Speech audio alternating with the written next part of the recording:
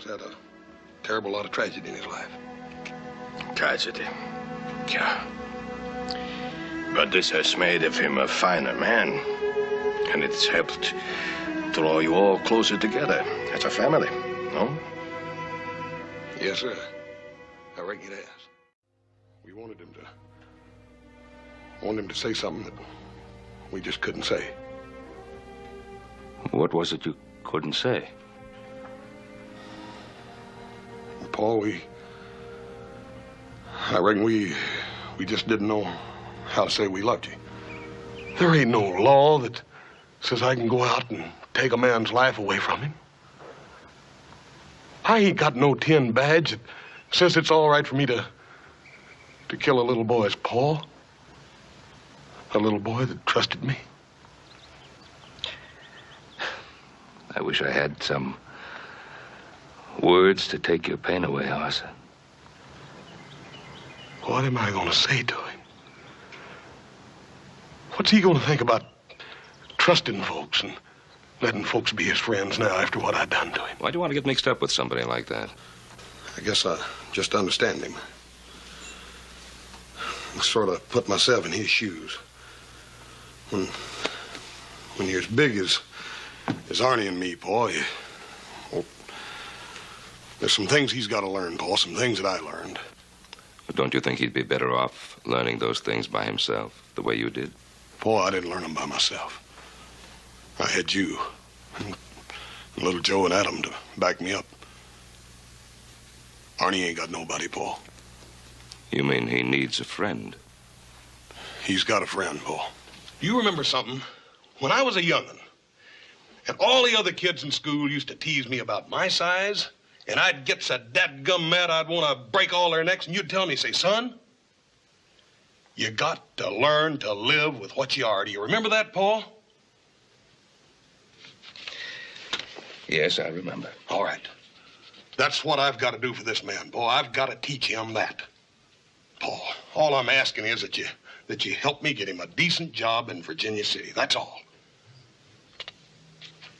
Oh, all right. I'll do what I can. Thank you, Paul.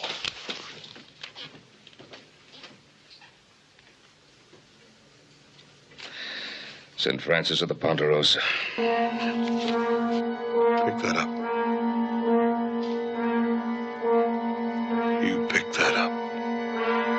What? You're gonna pick that up. You pick it up!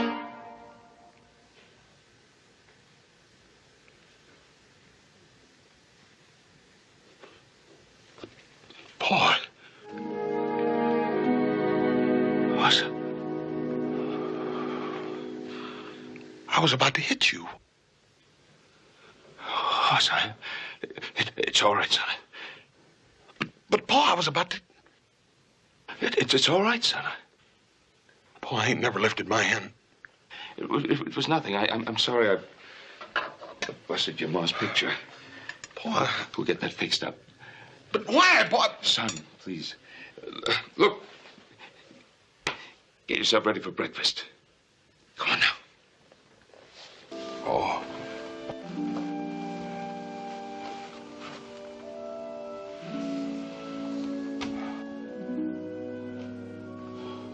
How do you feel, son? A little bit woozy.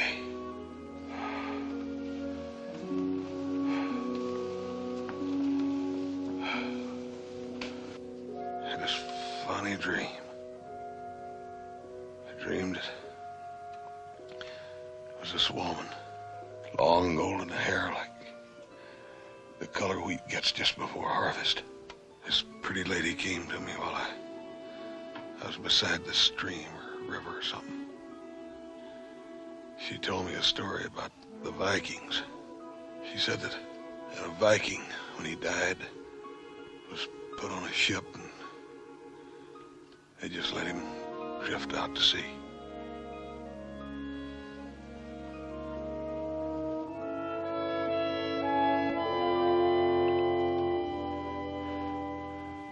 How could you know? You were so small. Paul, you ain't mad, are you? Well, how can I be mad at a man who has so much faith in science and so much faith in my son?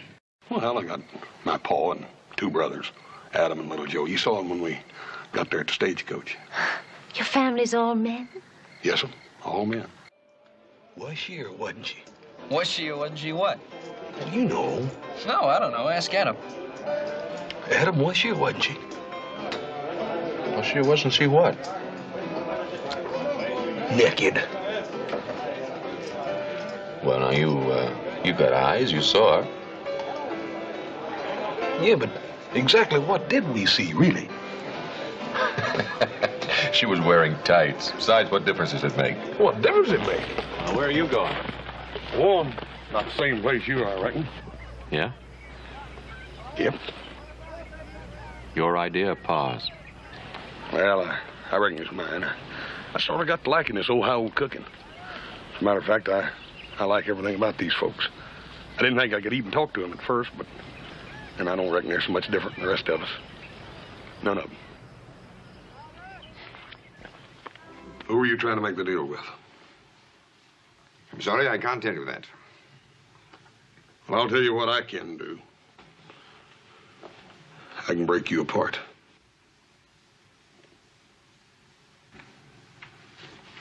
He could, you know. Hand me that old big and toss it up there. Toss it up. You gotta be kidding. Oh, boy. Come on, brother. You got no muscles.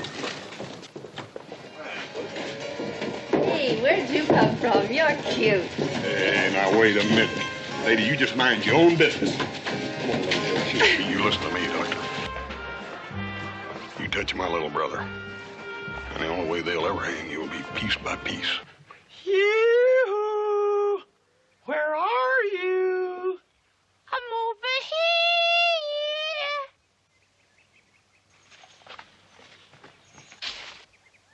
here. Yeah. Don't you run away. Oh, I won't. Pa sent me to bring you home to supper. Burn it. Dad, burn your ornery hide, little brother. Wait till I get my hand.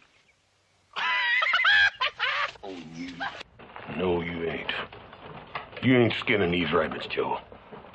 Oh, yes, I am. Would you step? You're standing in front. Fat Gerby right there behind your head happens to be my Gerby. You're standing in front of my Gerby.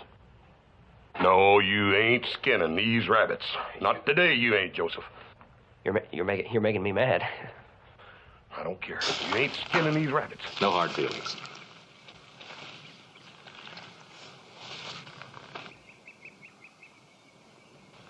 No hard feelings.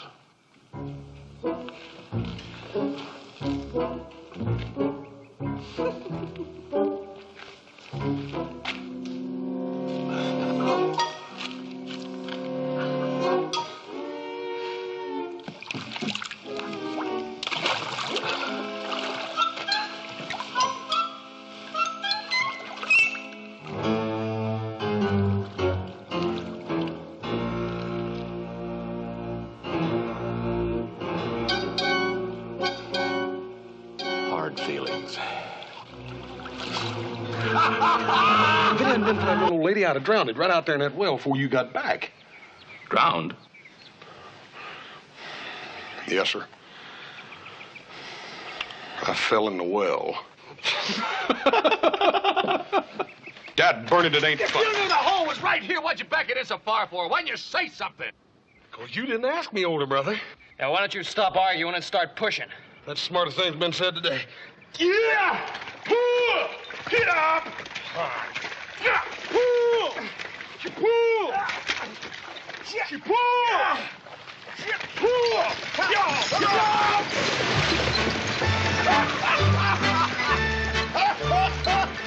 Well, I kind of got a banged up shoulder.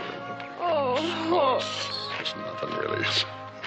You know, I got some liniment that'll take care of that for you. Take the pain right out of it. It'll be all right. It'll be all right, Joe. If I can get Miss Dolores to help me up to that chair on the porch. Certainly, Hoss. Be careful.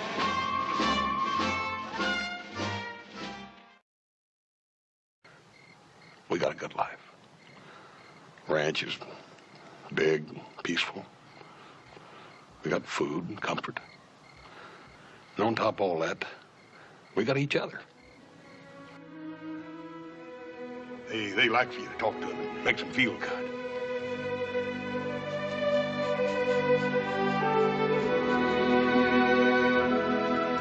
You really love horses, don't you? Oh, yes, I like all animals. You can trust them. But you can't trust people? Well, I wouldn't say that. It's just that some folks have got a natural mean streak in them that animals just don't know nothing about, I guess.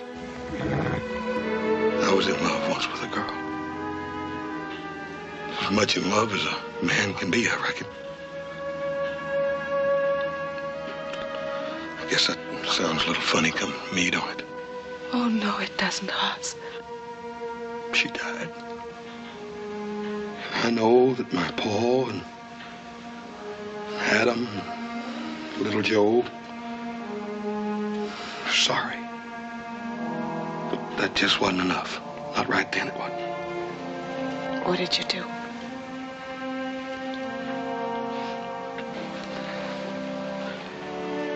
I talked to God. He told me I was just going to have to keep on living.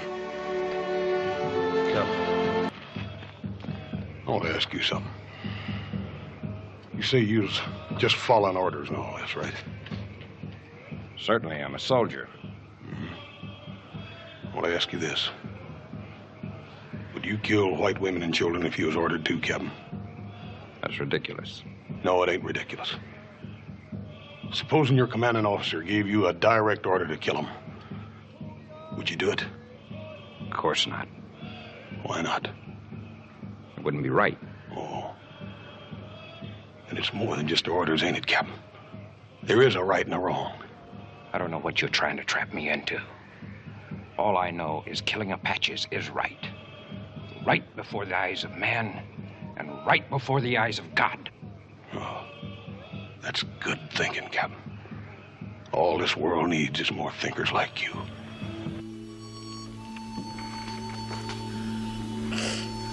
Hey, little buddy. Beth tells me you don't want to say goodbye. How come? I don't want to, that's all. Why? Because when you say goodbye, that means you're gone.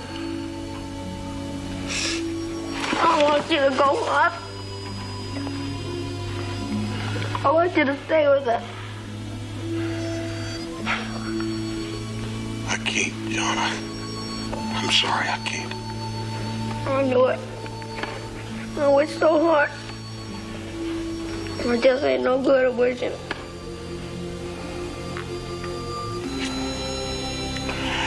Hey. Listen. You know, just because two fellas gotta say goodbye to one another, that don't mean they ain't gonna see each other again. You know, a lot of things happen from day to day, and in the meantime, you're gonna have to help your pa. He's gonna be starting a new farm, and you and old Jess and Beth are gonna have to help him like I gotta help my pa.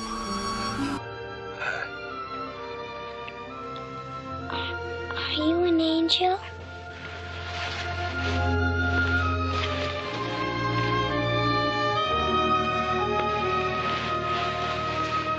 Guess maybe you're not an angel. Angels ain't got whiskers. Hoss Cartwright. What an uncommon man you are.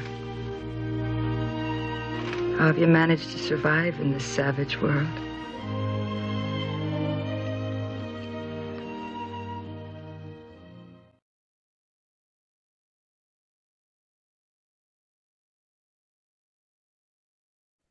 Sorry, needed a moment there. Carol, you can't finish them on sad moments like that. What's wrong with you? We need something funny. Well, what she said about him was true. I know, but it's like really like emotional. So I'm just saying. Well, I'm all about do that. It makes us all cry. No, that scene actually is one of my favorite scenes of him. I love that one with him and Aaron at the end. It's always been one of my favorites. Just how she says that to him and the look on his face, and how he's like he's so humble about it, but it's so true. Carol's right. It just defines how he was. That he was. Thank you, Franny. Yeah, I love that. I love that video. That video was perfect, and there's so many nice scenes in it, like between him and his father, between him and the brothers. A lot of comedy, a lot of drama. But the end of it, like the man portion, is portion that I really love because it shows that he was more than just the middle brother. He was everything. He was everything else. But I loved how you ended it. I really loved how you ended it. Thank you. You're welcome. I told Franny that was actually the hardest one and the easiest one to make, because before I even started, I knew almost every scene I was going to use, and it just flowed. And yeah, it's how profoundly his scenes get to me. Not that they don't all, but I just knew the scenes I preferred. I'm glad you liked them. Thank you. Yeah, I did. I liked everything that you had, and there was a great assortment. Sorry, but yeah, the ending was perfect. I mean, yeah, Ginger. Yes, let's end it on a happy note. No, but I think I think the point of doing these is to try to show the range of the actor, and that was the point of showing the naive Hoss, the tough Hoss, and the. Well, you can easily see the progression too, because from season 1 he was very timid. He didn't really he didn't feel comfortable. It was like he was, I don't know if he was shy or didn't feel comfortable about women, but towards the end, when you get there in season 10 with Aaron, he's more comfortable. You can easily see from newcomers up to Aaron how he's changed. And we can thank Dan for that, because he did it all. Yeah, he did an amazing job going from someone who, like I said, who was very unsure of himself, who felt like he didn't belong, to someone who was more comfortable. And the way he was with women towards the end was a lot different than the way he was at the beginning. It's such a difference. So, anybody have any ideas about anything they'd like to share about what we just saw? Bettina. As the older I've gotten as a single woman, the more I would love to have a Hoss as a husband, just because he would always remember anniversaries and birthdays and bring flowers just because. Yeah. But one thing that kind of strikes me in that clip, we didn't see the whole clip from Philip Diedesheimer's story, when he's talking about he remembered his mother kissing the hurt away when he was a child, is how much Marie, being the only mother he knew, must have affected his childhood. Granted, it was the second mother Adam had lost. Little Joe had lost the only mother he knew, but she was also the only mother Hoss had known. Yep, she was. And must have thrown the household into chaos. And Ben's grieving, got 3 boys to deal with, raised now. And Hoss would have been at a formative time in his life at 11 or 12-ish. And, those hormones are changing, and, boys are starting to think girls aren't so icky anymore. Yeah, no. Maybe that also affected his timidity with women, we see in the early seasons. And, he just gains in confidence, and, as he matures and, is a little, not bolder, but, is, not as afraid of women, as you said. Yeah. But that one line from She Walks in Beauty, when he and Reagan are on the porch and she's trying to convince him to, that I'm not the woman for you. And he says, we'll do whatever it takes to make you happy. It's like, what, that man would be willing to sacrifice anything for the woman he loved. Yeah, I agree. Thank you. Lynn? I just wanted to say that I was very pleased that there was that clip with Erin, because Erin to me was the best wife for Hoss. Yes, I agree. I so wanted those two to make it. I was so upset when she died.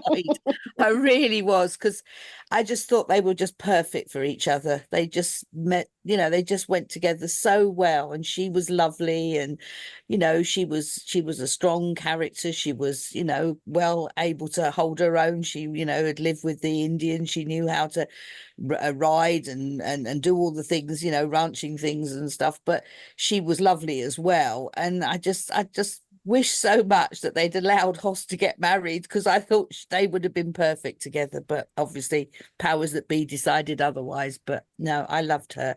And I mean, and what you've been saying about Hoss is so true. I mean, he is just definitely the best one, best husband material. Even though I loved little Joe, Hoss would have been the one for me as well. He just would have looked after you. He would have loved you. He would have, you know, he was just lovely. He just really was. Yeah. So that's what I wanted to say. Well, you know what? It's so funny you say that about Aaron, because I agree too that Aaron would have made the best husband, best wife for her, the best wife for him. She was the favorite, I remember, of all of them. Maybe it's because it's in the later years and he's grown a bit. I don't know, but I agree. I think she would have been the best wife for him too. Well, I only ever, I mean, I do write fanfic, and I tend to write about them all being younger, but I have one story I wrote about them all getting married, and she was the wife I gave. Ah, nice. Yeah, yeah, and they have a little girl together, and he loves her as much as well, you know, but I mean, you know, that's another thing. He's marvelous with children, isn't he? I mean, he was so good with children. Yeah. I agree. Yeah. Thank you. Birdie.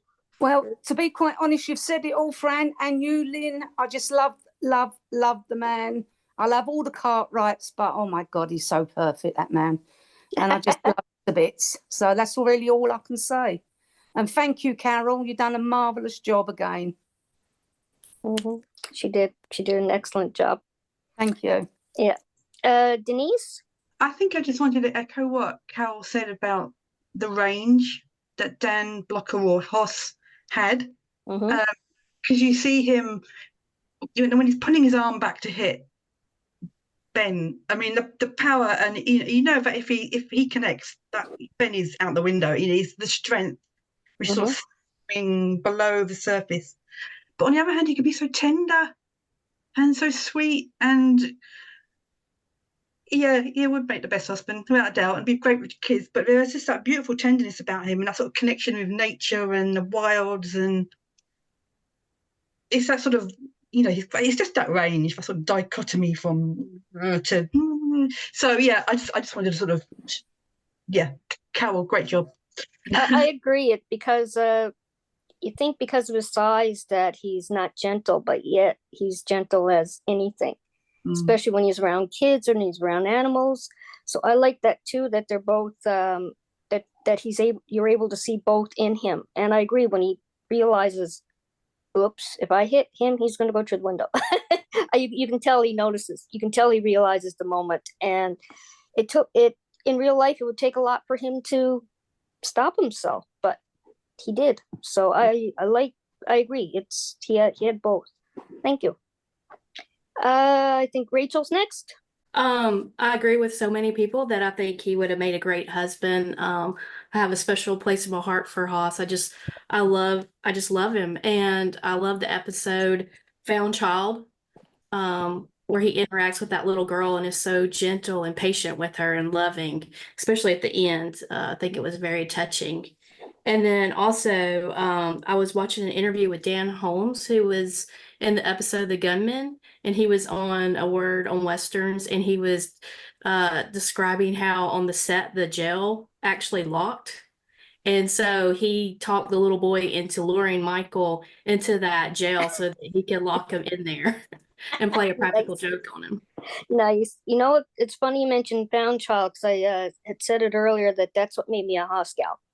That episode is what cemented how I felt about Hoss as a character, the way he was with Lisa, and just how caring he was. But yeah, that was the one that made me a Hoss gal, and I loved it. I was like 14 years old, 15 years old or something when I saw it, but again, now as an adult, I can look at it differently. And but yeah, I agree. Thank you. And can I just tell you, it's not easy to make these because there's so many episodes you want to input. Yeah. I only had, I was supposed to make them 10 minutes long and I couldn't do it. So No. I found child too, but I had to go with my heart, which I thought were the best of Hoss. I thought these were too short. Honestly, I agree. You're too short too. I could have made it 5 miles long for each one of them. I had to be what's the word I'm trying to think of? I had to have self-control with what I picked because I want them all too. Yeah, I know. There is no worst of Hoss. Let's put it that way. No, there isn't. No, I agree. There isn't. I agree. There isn't. And you got to leave them wanting more. That's our motto. Oh, true. True. I must remember that when I make my next video. Okay, I think Melissa's next. Oh my gosh, where do I even start? I just wanted to one of my favorite Hoss episodes is actually A Question of Strength, where he interacts with the cute little nun.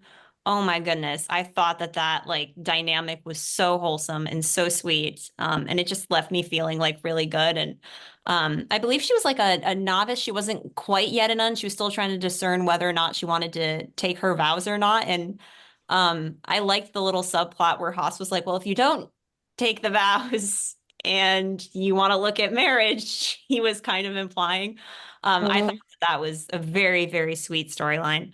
And then an early Hoss episode that I really like is he kind of gets cut out in the middle, but I really like the episode Vengeance because in the beginning, he accidentally causes the death of this man and he's so torn up about it.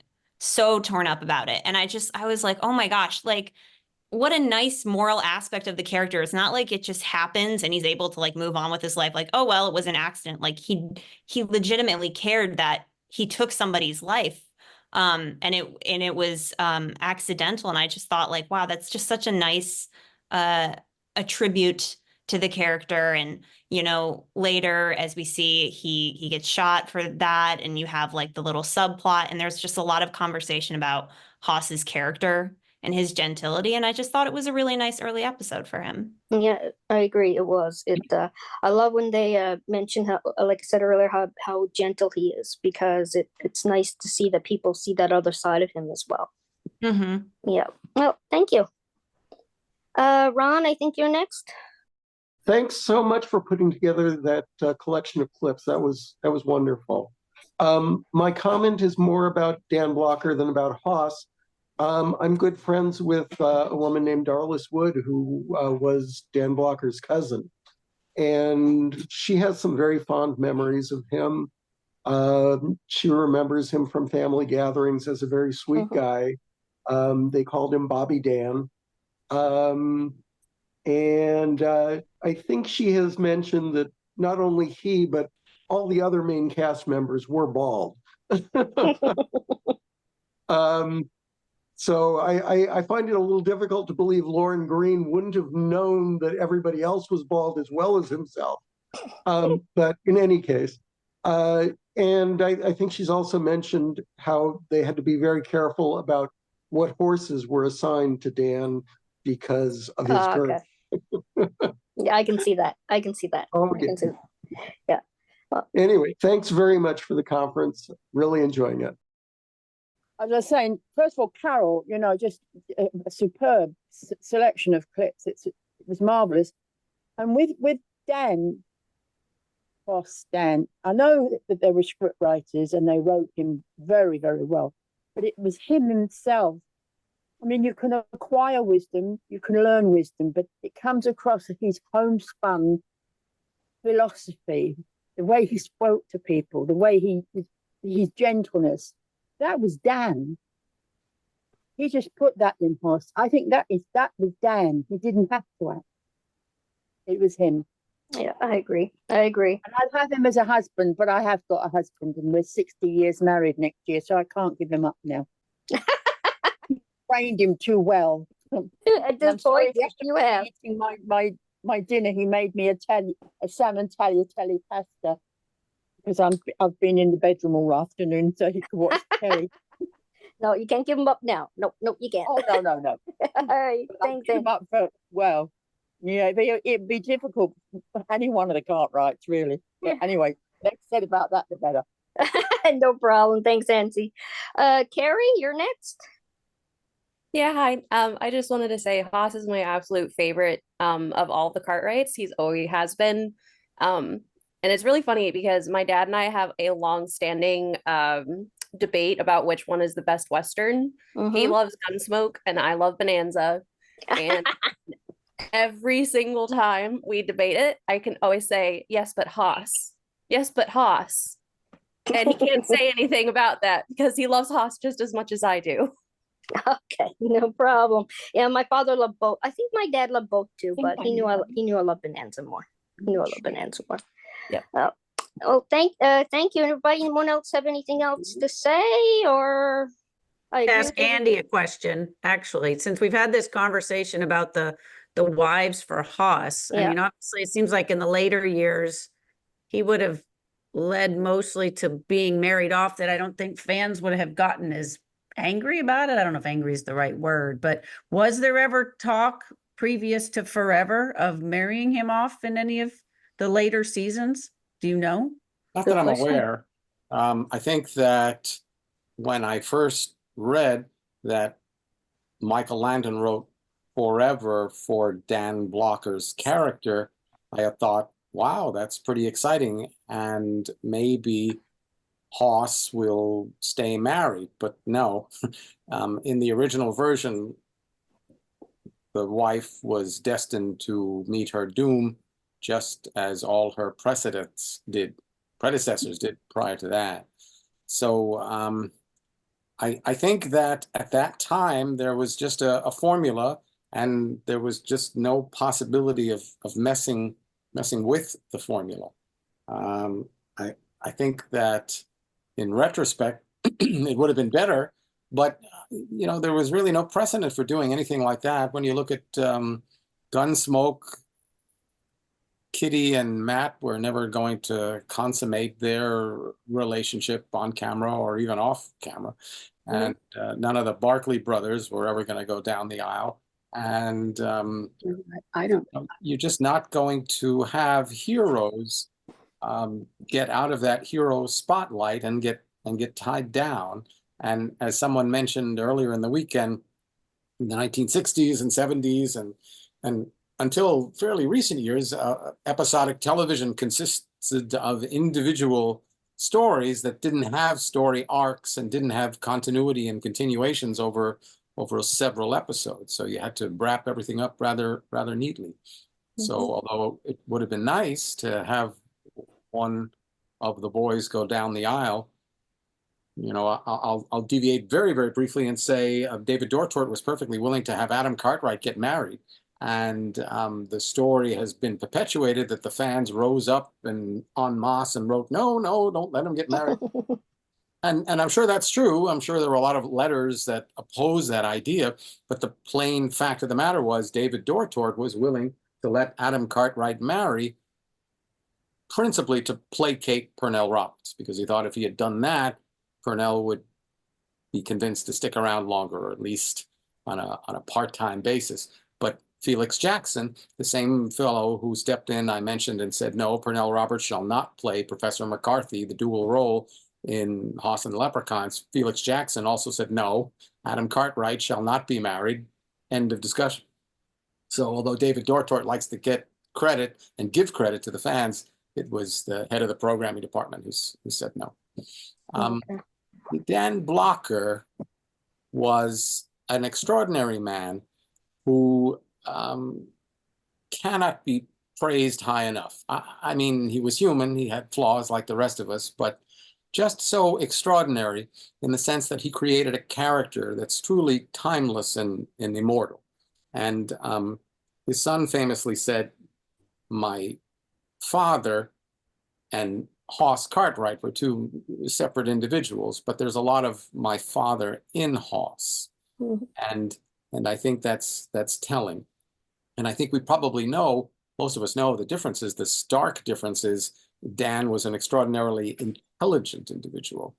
He was the only one of the quartet who had an advanced degree. He had a master's degree and came to California ostensibly to study and obtain a PhD, although if push comes to shove, he probably would have admitted that he wanted to come to California to become an actor because his good buddy Eddie Ryder pushed him to do that. But I remember David Dortort speaking so fondly about Dan. I mean, he spoke fondly about all his characters, but he had just a special soft spot in his heart for Dan. And as he has said many times, he created the part of Hoss with Dan in mind, because Dan had worked for him several times in The Restless Gun. So many times John Payne would say, "Why do you keep bringing back that big son of a so-and-so?" And David couldn't say to him, because he's a terrific actor and he can act rings around you. You can't really say that to the star of the show. But that was pretty much the truth. So I think that Dan was a humble fellow and probably would not take as much credit for his character as he should. In fact, his good friend Thomas Thompson, who wrote the seminal episode The Newcomers, told me after he wrote that show that Dan credited him with, quote, creating, unquote, the character of Hoss. And Tommy, also a very modest fellow, that it's not really true, but he certainly put the Hoss character in a different direction. And it was Tommy's script, to be sure, but it was definitely with the input of David Dortort. And if you remember Hoss from the pilot episode, he was really not much more than a heavy and didn't really have sort of a three-dimensional aspect of it. But again, they were just starting. And I remember David Dortort telling me you could really see by the end of the first year and certainly the end of the second year how extraordinary Dan had developed as an actor. I mean, I'm sure he had those skills all along, but he really developed into a living, breathing Hoss. That was David's description of his character. And Dan Blocker himself explains it better than no one else can in an interview he gave with Cactus Pryor, a Texas on-air personality, in an interview in 1964, which you'll find as an extra in the Bonanza Complete Series box set. And Cactus Pryor asked Dan, "You have any trouble separating Hoss from Dan?" Which was a very good question. And he said at first he did, and it took him a while. And finally, he got the subtlety, the nuance of the character, and he got to the point where he would be Hoss for the day, and then he'd go home, and put Hoss away, and then when he came back to the studio early in the morning, he could take him out again and use him as needed, but he was able to separate him pretty nicely. Oh, thank you. Thank you, Andy. Well, we actually have a little surprise here this afternoon. Dan's son David is here. So David, would you like to say a few words about your dad? We're here, but in watching and having a really good time. Really thank you all, and thank you, Carol. It's a great group of people and a great subject. We're having a hell of a good time. I hope you guys are. But yeah, we're here. I don't know what to add to your conversation other than thank you. Is it weird to see your dad as Hoss, as we all fawn over him and share our memories? I mean, obviously you must have seen him differently than we do. No, it doesn't bother me at all. And I enjoy hearing other people talk about my dad. It always makes me feel good to know that people still remember him and still think fondly of him. They can't think more fondly of him than I do, but it's great. And I'm sorry I had so much difficulty with the Zoom, but that's the technical challenge of a senior.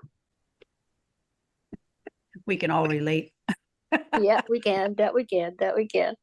Although it's hard to think of Dan Blocker's sons and daughters as seniors, because etched in our collective memories are you and your siblings as adorable, charming little kids. The 5-minute Chevrolet commercial was like a home movie with Dan introducing his his chips off the old blocker. Do you have any recollections of that, David?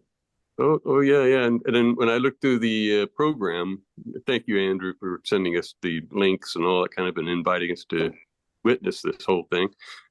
This is the first time we've tuned in, is just to take a peek at this. So I did notice that you guys were showing commercials, and then we all kind of wondered if that commercial would have shown up in this whole bit, you know. It sure did. Well, it was a great, it was, for us kids, it was fantastic, and it's little children's egos going out of control, getting to play on the set and run around and such. It was exciting. It was fun. But yeah, I recall it, you know, totally. I don't know other than to say that all my siblings enjoyed doing that, I think, although I think they're all embarrassed about it now.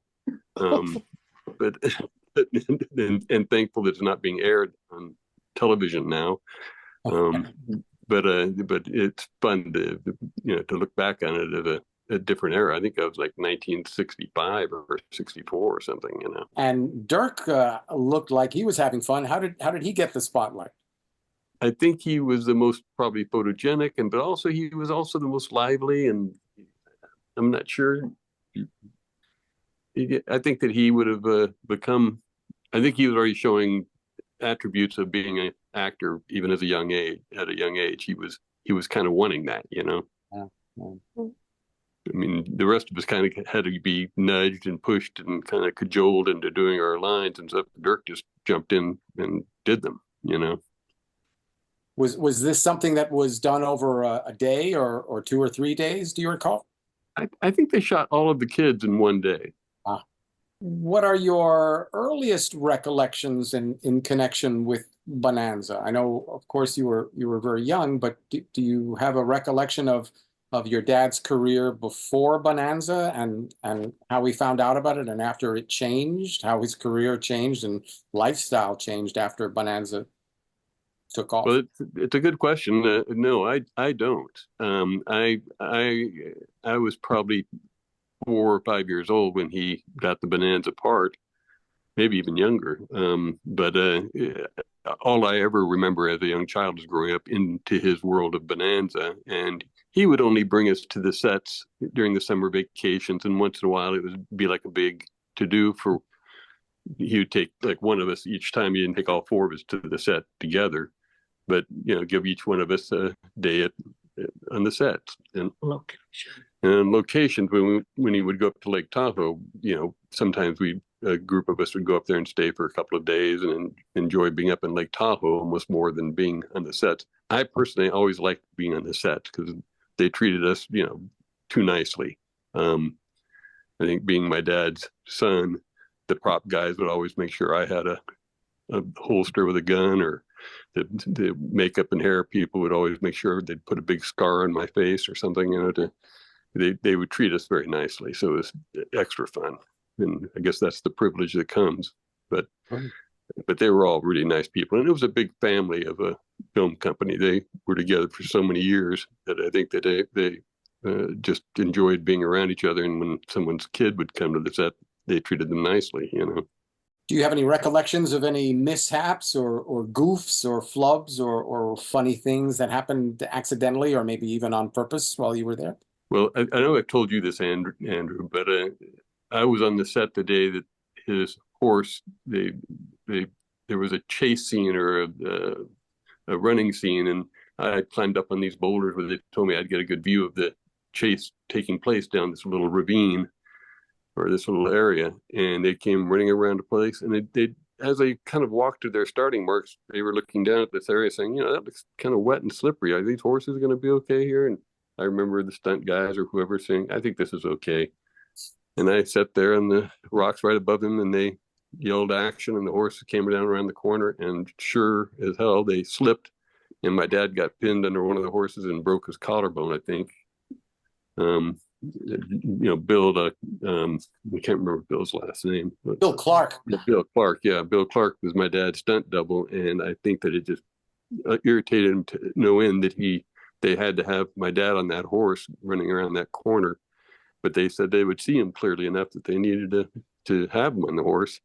And my dad was not a great horseback, horseman, but he was good enough. He could do the ride. It's the horse slipping, and 2 horses went down. I can't remember if anyone else was hurt, but my dad was hurt badly enough. He had to be taken home, taken to the hospital, and they kind of set me home.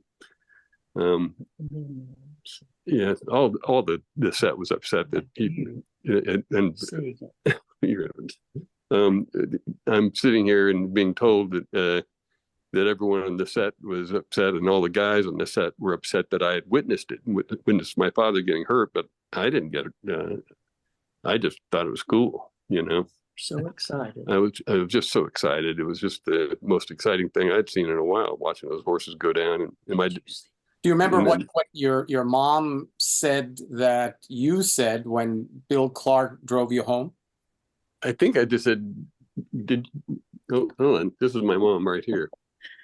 They said that on the set when the accident happened, and the guys were so horrified that David had witnessed this, but he turned to them and he was jumping up and down. He said, "Did you see my dad? Did you see my dad throw that horse?" Out of the mouths of babes. Yeah. It's so nice to hear your voice, Dolph. I'm very glad you're able to join us. Welcome. It's Andy Clyde here. I remember you, Andy. It's nice to hear you. Oh, thank you. I'm a senior now. Oh, that's impossible to believe, but wow. I'm 92 and I have great grandchildren and leading a good life. Oh, that's wonderful. I'm so happy. Congratulations. So maybe you can answer the question, what are your earliest recollections of yours and Dad's reaction to getting this show, and how did it compare and contrast to the freelancing he did before? Well, before we were kind of waiting for a call that would have him come in, or else he would go substitute teach. And suddenly we could use the bonus they paid to make a down payment on a nice house, move in. And from that time on, our lives were completely different. Clearly, he was so fortunate to get that part, and so fortunate that the show was a success. By the mid-60s, 1960s, we were living a very privileged life, and my mom and dad made sure that all of us kids weren't really inundated with that privileged life. We, didn't. I always thought it was very strange when people would give us a lot of attention, but it was okay. I accepted that attention and giving us a little.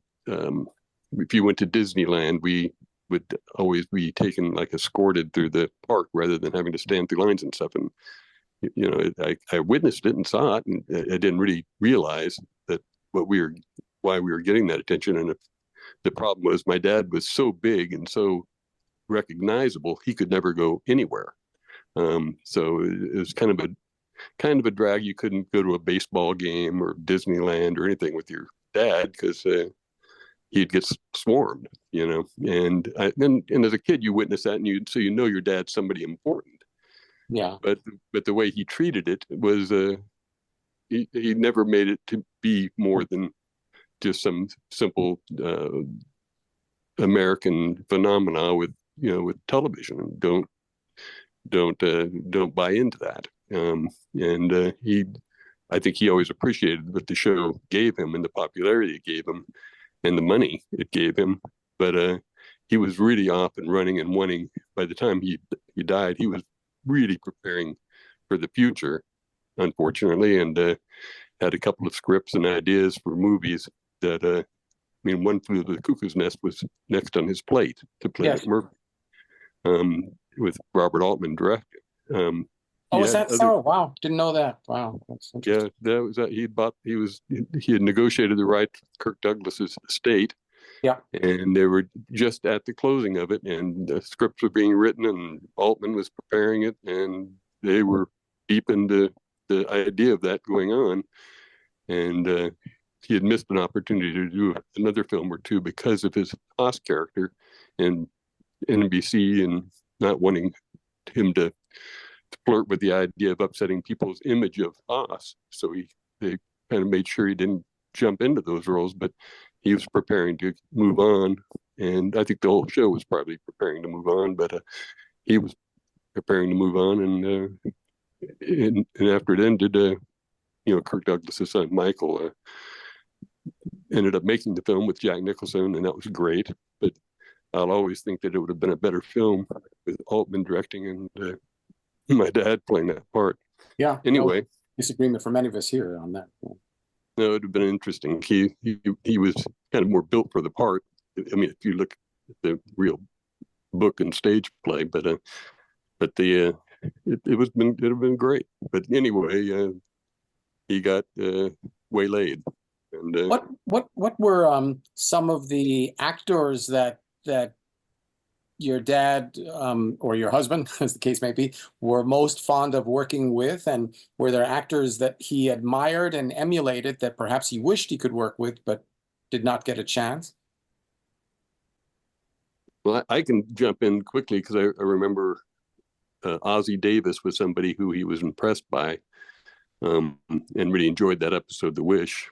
I think of all the shows that he kind of it wasn't a regular occurrence that we'd all gather around to watch the episodes on Sunday, but somehow or another, a couple of us would be watching somehow. But that was one episode he had us all sit and gather to watch.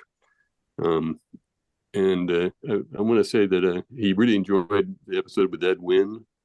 He loved Michael and Lauren and Purnell and working with them, and so I think he enjoyed that a lot.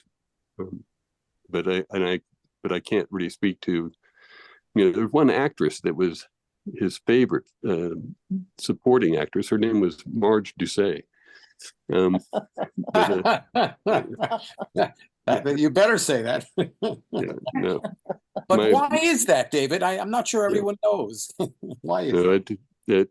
One of the guest stars in that role was she did 2 episodes of Bonanza, and as time went on, my wife and I got together, and one day when I went to pick her up to go on a date, her mother was sitting at the table, and she said, "You're David Blocker," and I said, "Yeah." And she said, "Yeah, how'd I? Your dad was Dan Blocker, right?" And I said, "Yeah, no, that's true, yeah." And she said, "Well, I did a couple of Bonanzas," and I said, "Oh, really?" And so we kind of laughed and talked about all that, and then we went back to look into this, and of course she did, and I think she even kissed my dad in one of the episodes, and of course that was 30 years before my wife and I got married, and we didn't know each other, Yes. Yeah, we had never met each other or anything like that beforehand. It was just by coincidence that they had met each other. So both of our parents got to meet each other. Yeah, that's really neat. That is true. I know your dad was very fond of Arthur Honeycutt and enjoyed working. Oh yeah, yes. Clearly, Arthur. I mean, these are actors that are just. There are so many great performers that worked in Bonanza that I'm just kind of caught short. But you, Andrew, being the genius of Bonanza episodes, know these things. Arthur Honeycutt was a fantastic actor. Yeah. Take him over Walter Brennan any day. Well, I mean, Walter was pretty good too. Yes, he was. Yeah. Arthur was terrific. So I guess... Wait, I have a question, Andy. Actually, a couple people wanted to know this. So David, or either one of you, what do the grandkids that watch Bonanza, what do they think? Do they ever ask questions, or are they able to put 2 and 2 together? Do people ever talk to them about question. it? Sure. Next generation? Well, they see his pictures and they call him Grandpa Dan. But of course, when Dan died, my children weren't even old enough to be married. So it's a completely different chapter. And they're just kind of getting to the age that I think they're ready to see some film, actually. The great grandchildren. They've seen the pictures and stuff, and they kind of have an idea. Yeah, occasionally think thanks to Andrew and the DVD collection, that box DVD collection is pretty impressive. I mean, not just pretty impressive, it makes them viewable. You know, when we had to pull out an old VHS or something, it looked so poor, the quality, that you couldn't watch them. But thanks to Andrew's work getting the DVDs done, they're now at a point where when I do show my daughter, who is right at 30 years old, she recognizes what transpired with Bonanza. She doesn't really grasp the importance of it in our culture, but she knows that I'm impressed by that, by Bonanza's importance in color television and westerns and all that kind of stuff. But you know, it is a different generation, and the great grandchildren, it's going to be hard for them. You know, they I think they think it's kind of interesting, but they'll never really realize how big of a issue it was at its time, in its day. You know, but that's the way it works, right?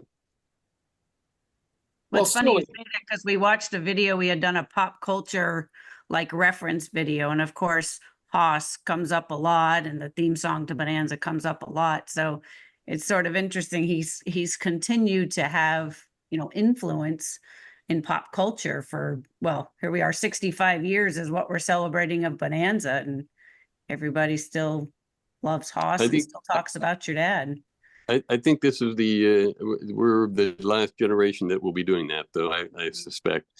Although, you know, now with AI and stuff, maybe someone will come to my mother and ask her if they can create a Dan Blocker or Hoss character that can continue on or something. Did Dan have any thoughts or suggestions that he shared with you for ideas for Bonanza stories that were or were not realized? Oh, I think he probably did, but you know, he was anxious each week, and he loved Tommy Thompson. He loved the writers, and we would have dinner with them and talk about ideas. And I know that there was a fond for Robert Altman, the director. So I think that if he ever had any input about directors and such, or his episodes, it would be to say, "Hey, can I get Bob Altman to direct my episode?" You know. Did he ever have an interest in directing himself? I don't think so. I don't remember him ever saying that he wanted to direct an episode. I think Mike was the one that really enjoyed that aspect. Yes. Although I was surprised to hear from Paul Landers, who directed some wonderful, very early shows, that he discovered the problem with Purnell was Purnell had a book in his dressing room, How to Direct. And as soon as he saw that and allowed Purnell to make as many directing related suggestions as he wanted to do, things got along better. But so it's interesting that he had that thought, at least at one point. Yeah. Yes. No. Anyway, you guys have done an incredible. It's just incredible to know that there are people that still have interest in this stuff, and all of your knowledge of Bonanzas is kind of overwhelming. You know. Thank you.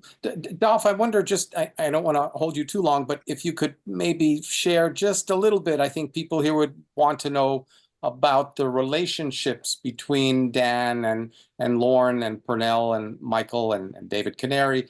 If you could maybe talk a little bit about that, that would be wonderful. Please. Well, I think we maybe saw more of Lorne and Nancy, although each of the guys would come out to Northridge where we lived, and Dan loved to barbecue, and so, but we sort of saw them separately for whatever reason. Purnell would come with whatever woman he was dating at the time. And Michael, you know, would come on rare occasions. But Lorne and Nancy kind of remained the closest, it seems to me.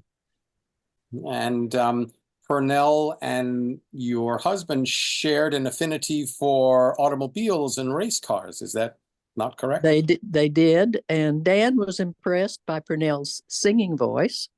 They talked about different things about that, you know, but he did, of course, love automobiles and racing. And Purnell, I think, was the only one that had an interest in that. Well, you know, the truth is that my dad taught Purnell everything he knew about singing. That's pretty obvious. Yes, of course. Well, then how did he get talked into doing the album with John Mitchum? I think that he did that as a favor to John Mitchum. Is that right, Mom? Probably was, yeah. I think John was an actor that he kind of enjoyed spending time with a little bit, and I think that it helped John at the time, and you know, just did a favor to a friend.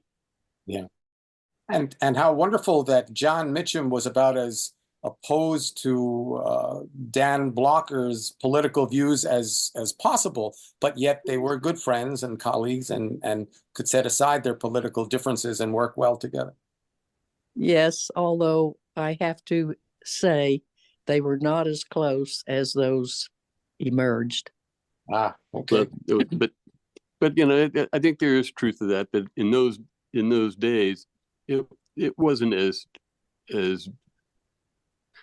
us versus them between the political parties. It was, you could be a friend with an opposing political party and not think twice about it. You know, I would say that my dad would probably still be that way today. I don't think that he would refuse a friendship with a person, especially an artist, if they happen to be a different political background. I don't know about today. tough goings. Yeah. I remember you telling me how Dan would have long philosophical discussions with Ed Wynn, who believed rather firmly that an actor's place was to act and didn't have any obligation to share his opinion politically with the public. And Dan disagreed. Yes, he marched and did everything he could. We still have the Mississippi thing that he was proud of, that he turned down. Yes. And that a lot of actors followed him then. And so he was very, very sure of how he felt about that.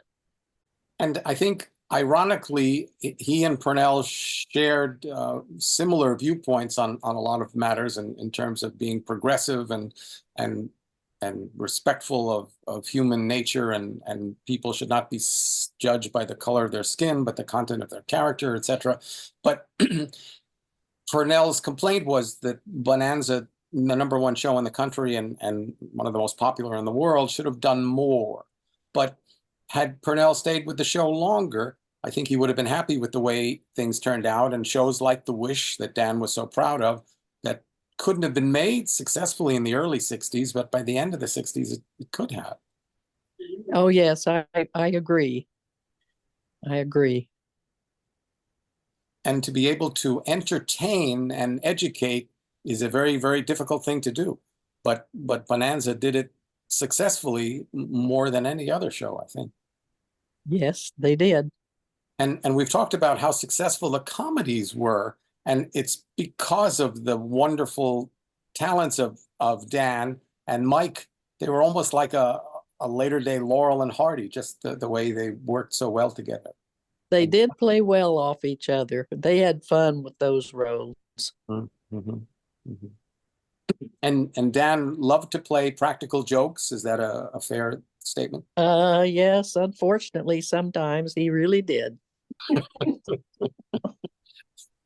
Was he a little more serious at home, or did he sometimes let loose? Well, he certainly wasn't serious, but he was a complex character. Yes, yes. Yeah, I guess so. Well, somebody wanted me to mention, to be sure to thank you both deeply, deeply, deeply for spending this time with us today. This is such an honor and such a gift to all of us. We really, really do appreciate it.